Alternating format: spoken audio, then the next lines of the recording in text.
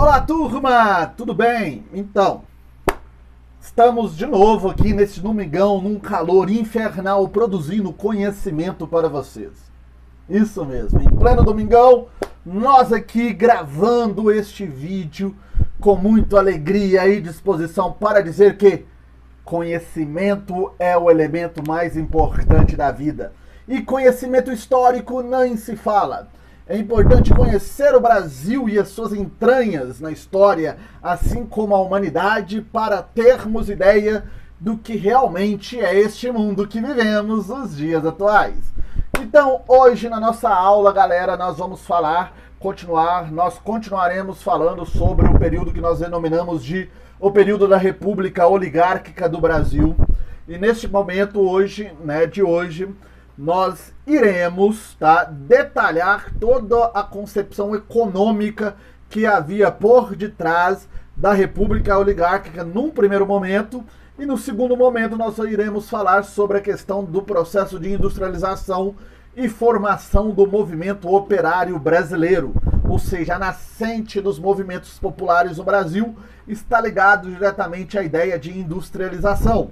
Mas para falar em economia no Brasil durante a República Oligárquica, o primeiro ponto que nós temos que analisar remete ao primeiro governo deste período, que é o governo ainda dentro da República da Espada, o governo do Deodoro da Fonseca. Por quê? Temos que voltar lá no governo do Deodoro da Fonseca. O governo do Deodoro da Fonseca, ele foi o primeiro governo, podemos dizer assim, dessa era republicana do Brasil, e foi o governo baseado na estrutura militarizada. Mas dentro da concepção econômica, nós tivemos um plano econômico. Então é importante entendermos esse plano econômico. E esse plano econômico nós denominamos de o encilhamento. Tá? O encilhamento, então, foi o plano econômico, o primeiro plano econômico a ser instituído no Brasil durante o período republicano, tendo como, vamos dizer assim, perspectiva de implantação um cenário que havia se consolidado dentro do período imperial ainda. Quando chegamos ali no final do período imperial, já era evidente que a economia brasileira necessitava se passar por mudanças, passar por um processo de reestruturação. Então essa reestruturação econômica direciona-se principalmente para o sistema financeiro. Por que volta-se para o sistema financeiro? Simples. O Brasil naquela época era um país que tinha, entre outras coisas, um gasto extremo com endividamentos externos, tá? E uma política de emissão monetária sem controle. Resultado disto, nós tínhamos um endividamento. A economia brasileira estava falida, praticamente. Então, no final desse segundo reinado aí, do Dom Pedro II, a economia brasileira já sentia efeitos de uma crise financeira. Tá? E aí é nesse cenário, já de república instituída, que assume como ministro da Fazenda um escritor baiano chamado Rui Barbosa, que além de escritor era um jurista.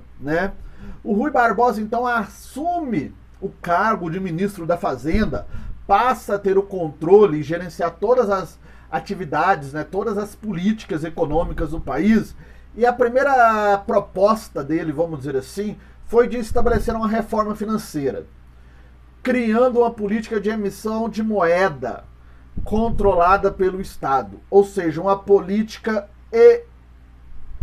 emissionista. Essa política emissionista, ela vai ter grande impacto na economia brasileira entre os anos de 1889 a 1890, tá? E qual o impacto que nós vamos absorver, verificar nesse sentido? O grande volume de papel moeda que vai se estabelecer diante da circulação, que vai se fazer presente na circulação econômica do país. Em um primeiro momento, isso só pontos positivos, tá? Porque este grande volume de papel moeda acabou trazendo repercussões positivas na agricultura, no comércio e na indústria, porque você tinha maior condições de capital para investir nessas três áreas, na área do comércio, na área da agricultura e na área da indústria. Só que em um segundo momento, e quando o Estado perdeu o controle dessas emissões, nós vimos os pontos negativos, que foi o advento da inflação e o início de uma especulação financeira. Resultado disto, o encilhamento veio para ser aquele plano econômico de estabilização da economia e para impulsionar a economia brasileira, principalmente no que diz respeito à industrialização, se tornou num pesadelo da especulação e da inflação. Ou seja, o tiro saiu pela culatra, né? E aí é nesse cenário financeiro caótico que a galera que comandava o Brasil e principalmente as elites econômicas do nosso país percebeu que a economia brasileira está direcionada ao café. Nós temos que procurar manter isso. Temos que manter isso daí, não pode mexer. O café é o nosso principal produto econômico. E nesse cenário, o que nós tínhamos lá por volta de 1890? Uma conjuntura econômica favorável à economia do café.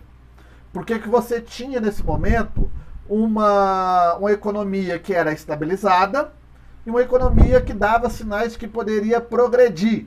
Só que no meio do caminho tinha uma pedra. De repente, aquela estabilidade que estava adentrando aos anos ali de 1890, tchau, tchau, bau, bau, deixou de existir.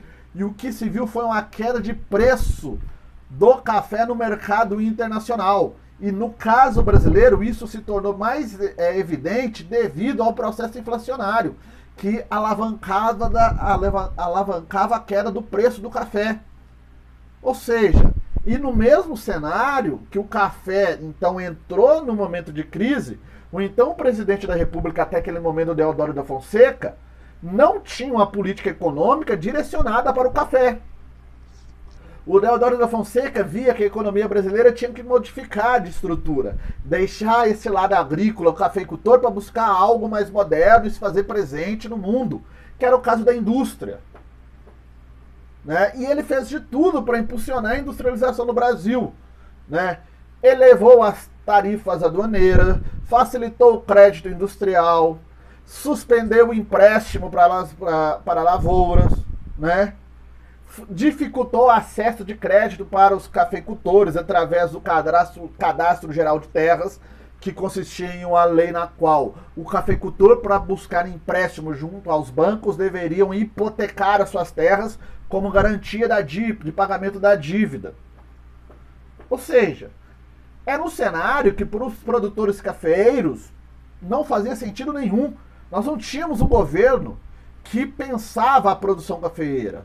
Nós tínhamos um governo na mão dos militares, tanto no Deodoro da Fonseca e posteriormente nas mãos do Floriano Peixoto, que tinha a indústria como a ideia de industrialização, de economia. O resultado disto é que a cafeicultura, apesar de ser o nosso principal produto econômico, foi meio que deixado de lado por essa galera. Então, o que se viu foi, né, os cafeicultores ficando, vamos dizer assim, não tão satisfeitos com o governo. Do outro lado, você tinha uma política econômica direcionada para a indústria que não surtia efeitos. E por que não surtia efeitos? Porque nós tínhamos um desequilíbrio financeiro do tamanho do território brasileiro. Né? Ou seja, era algo que não tinha controle. O resultado disto foi que os cafeicultores, percebendo que se manter essa estrutura com essa galera militar dentro do governo republicano, nós, do lado das oligarquias cafeicultoras, não teremos condições nenhuma de pensar uma economia que valorize o nosso produto. Entenderam? Então o que acontece? Começa-se então a articular-se politicamente a ascensão das oligarquias ao poder. Né? E isso acontece, e no governo do presidente Prudente de Moraes, esta questão econômica direcionada para a cafeicultura se torna mais evidente. Porque o Prudente de Moraes, né, que vai representar ali o início da política oligárquica Minas, São Paulo, Minas Gerais, né, a política café com leite, este cara, ele vai criar uma agenda política e econômica direcionada apenas para o café. Esquece o resto. O café é o nosso principal elemento econômico. O café é nosso principal produto econômico. Então, nossa agenda governamental econômica direciona-se para o café. E o principal objetivo dessa agenda econômica neste momento é criar políticas que valorize o café e o seu preço no mercado. Então, entramos na era da política de valorização do café. Tendo em vista, então, uma política econômica direcionada para a valorização do café, logo essa oligarquia começou a se movimentar. E ela começou a se movimentar com um único objetivo. Nós estamos no seguinte cenário econômico neste momento, principalmente ali a entrada do século XX, tá? Para situar. Nós tínhamos uma república que vivia uma crise econômica que estava direcionada literalmente a uma crise de abastecimento, porque nós tínhamos que importar gêneros alimentícios, enquanto as terras brasileiras eram baseadas exclusivamente para a monocultura do café. Só que nós tínhamos um mercado internacional que estava totalmente desfavorável à produção e advento da produção cafeeira. Só que os nossos oligárquicas não estavam nem aí para o que estava acontecendo e continuavam a expandir a produção do café. Então este era o cenário, ou seja, nós tínhamos um cenário no qual o Brasil tem uma crise econômica, o Brasil não produz alimento, tem que importar alimento, enquanto as terras estão todas direcionadas para a produção cafeeira, em um momento que o mercado internacional não é favorável para o café, e mesmo assim esses oligárquicos cafeicultores continuam expandindo seus cafezais. E sabe qual que era a desculpa dessa galera para expandir os cafezais deles? Simples, nós tínhamos demanda de mão de obra. Então, como tinha mão de obra, então vamos produzir. E para produzir, vamos expandir a nossa produção em um cenário que economicamente não é favorável. Resultado disto, queda do preço do café. O café só vê o preço dele fazer ladeira abaixo. Resultado disto, o governo teve que tomar algumas atitudes, como por exemplo, impedir o avanço da produção cafeeira através de impostos. Então o governo teve que baixar o imposto para ser pago oriundo a terras ocupadas por novos cafezais. Ah, legal, você quer expandir seus cafezais. Ok, expanda, mas você vai pagar por isso. Não é só plantar pé de café e beleza. Se você quer expandir, pode, nos pagando imposto por isso. Ou seja, neste momento, o que nós começamos a perceber? Que o Estado brasileiro, ele começa a estabelecer uma política de intervenção sobre a produção do café. Ter um controle dessa produção. Não podemos deixar a Deus dará do jeito que vocês querem produzir. Então daqui a pouco o Brasil vai ser um grande cafezal e não vai ter nem batata pra gente comer. Ou seja, o agronegócio estava acima da realidade de produção de alimentos. Ou você acha que o agronegócio banca a produção de alimentos? De jeito nenhum, tá? Então, nesse cenário, beleza. Vamos criar uma barreira para a expansão das terras do café e vamos criar uma política para valorizar esse café. E essa política para buscar valorizar o preço do café será idealizado mediante a quê? Acordos. Tá? E aí começa então uma série de negociações entre os estados produtores de café para criar um grande acordo para estabelecer a valorização do preço do café. E esta política ela começa a surtir efeitos no ano de 1906. No ano de 1906, na cidade de Taubaté, reúne-se os representantes dos 3 maiores produtores de café do Brasil: São Paulo, Minas Gerais e Rio de Janeiro. Esta galera se reuniu na cidade paulista com o objetivo: criar um acordo que vai estabelecer regras e ações para idealizar a valorização do preço do café. Ok? Ok. Este acordo ficou conhecido como Convênio de Taubaté. 1906, tá bom? Entre outras coisas, o que ficou estabelecido pelo Convênio de Taubaté? Primeiro, fica estabelecido que haverá a retirada do mercado da safra que foi excedente. E quem fica responsável por retirar esta safra excedente? O Estado.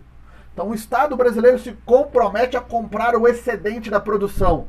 Olha que Estado bonzinho! Fala assim para os cafeicultores, podem produzir à vontade, que o excedente do mercado eu compro. Não sei com que dinheiro, mas compro. Tá? Então ficou definido isso. Bom, o excedente o Estado compra. Ok. Então mete o pau e vamos produzir. Fica também estabelecido que o Estado brasileiro irá reduzir as taxas de câmbio de exportação. Para facilitar a exportação do café, vamos reduzir a taxa cambial sobre esse produto. Certo? E aí, né, o que se busca? Controlar a alta, então, controlar então esse preço, valorizar. E surte efeitos? Surte efeitos. O preço do café alavanca, vai às alturas. Claro, o Estado está lá comprando café e os produtores produzindo. Então, foda-se. Vamos produzir que o Estado compra. Né? Os liberais nesse período piravam. Né? Então, o Estado comprava o excedente. O preço do café, a produção continuava a todo vapor. O preço do café sobe. E aí, o preço do café subindo é benéfico. Benéfico para quê? Porque vai, de alguma forma, gerar capital. E esse capital gerado pela alta do café neste momento, do Convênio de Taubaté, servirá de alavanco financeiro para o nosso surto industrial. Ok? A nossa industrialização vai nascer nessa época, com o preço do café às alturas. Só que tem um problema. Um probleminha bem simples. Dinheiro. O Estado precisava de dinheiro. Por quê? Ele não se comprometeu a comprar excedentes de produção? Sim. Então, meu Estado brasileiro, se vire, arrume dinheiro para comprar esse excedente de produção. Os cafeicultores lavaram as mãos e deixou tudo a bomba para você, meu amigo. Então, em 1809, o governo brasileiro, na eminente necessidade de ter capital, decide negociar suas dívidas externas com os bancos ingleses. Ou seja, vamos refinanciar nossa dívida para a obtenção de novos empréstimos, porque o Brasil naquele momento estava dando calote no mundo. É tipo você ter um cartão de crédito e você acha que você pode gastar o cartão inteiro e depois você não dá conta de pagar. E aí, seu nome estourado no financeiro, o que você faz? Faz outra dívida para pagar o cartão endividado para ter um novo cartão. Certo? E isso que foi o Fund Loan. O Fund Loan, então, foi uma política de negociação da dívida externa brasileira com os bancos ingleses. O objetivo era consolidar a nossa dívida externa para a obtenção de novos empréstimos a partir da amortização dos juros da dívida antiga. Ou seja, galera, vamos amortizar esses juros, deixar eles de boas, né? Que aí nós temos condições de pagar vocês e vocês nos dão outros empréstimos, porque eu tô precisando. Resultado disto, foi feito um acordo com esses bancos ingleses. Neste acordo, ficou estabelecido que os juros da dívida seriam todos zerados, das dívidas antigas, e era liberado mais uma concessão de crédito para um novo empréstimo. Ok, novo empréstimo idealizado, amortizado os juros, dívida externa, dívida anterior estabilizada, mas tem que pagar. E para pagar, os bancos ingleses, desta vez, exigiram algo em troca. Vamos lhes oferecer novos empréstimos, mas Primeiro, queremos garantia que nós vamos receber. Então vamos hipotecar todos os impostos alfandegários do Porto do Rio de Janeiro, além dos tributos de água e esgoto do Porto do Rio de Janeiro. Então, tudo que entrar como tarifa alfandegária no Porto do Rio de Janeiro e tudo que entrar como pagamento de água e esgoto na cidade do Rio de Janeiro são dos bancos ingleses. Feito. Além disso, os bancos ingleses exigiram a retirada de circulação de papel moeda para conter a inflação. Resultado disso, né, foi um acordo econômico que beneficiou somente a quem? Os cafeicultores. E quem levou um tapa no meio da cara? O Estado brasileiro. Que era governado por quem? Pelos cafeicultores. Ou seja, dane-se o Brasil, o que interessa é meu bolso. Esta é a história da economia do café da Primeira República.